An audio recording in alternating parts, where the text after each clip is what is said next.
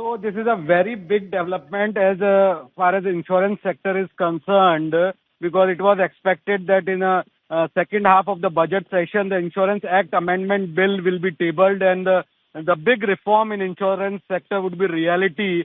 But as per our sources, the insurance reforms are likely to get delayed because IRDA has formed a new high-power committee under the chairmanship of former SBI Chairman Dinesh Khara, and the mandate is given to committee to look at the few aspects of the insurance reform, and this committee will submit their report in 3 months to IRDA, and after that IRDA will forward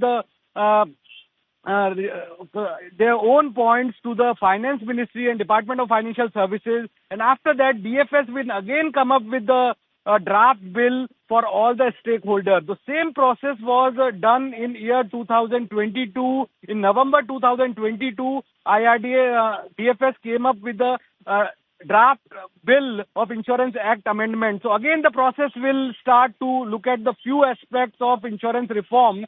So the reforms for which insurance industry was waiting for very long, and there were expectations that in upcoming the second half of the budget session, that insurance reform, the Insurance Act Amendment Bill will be tabled and the bill will be passed, but this is going to take some more time. So a 7-member committee formed by the regulator, which includes Dinesh Khera, ex-chairman SBI, N. Kannan, ex-CEO, MD and CEO of ICICI Prudential Life Insurance, Saurabh Sinha, ex-ED of RBI, Girish Radhakrishnan, former CMD of United India Insurance, and Alok Mishra, MD and CEO of MFIN, Rakesh Joshi, former whole-time member, IRDA, and L. Vishwanathan, legal expert. So these are the 7 members of newly formed committee of regulator IRDA. They will submit their report in 3 months to the regulator, and after that the recommendation will be forward from regulator to DFS, and again DFS will come up with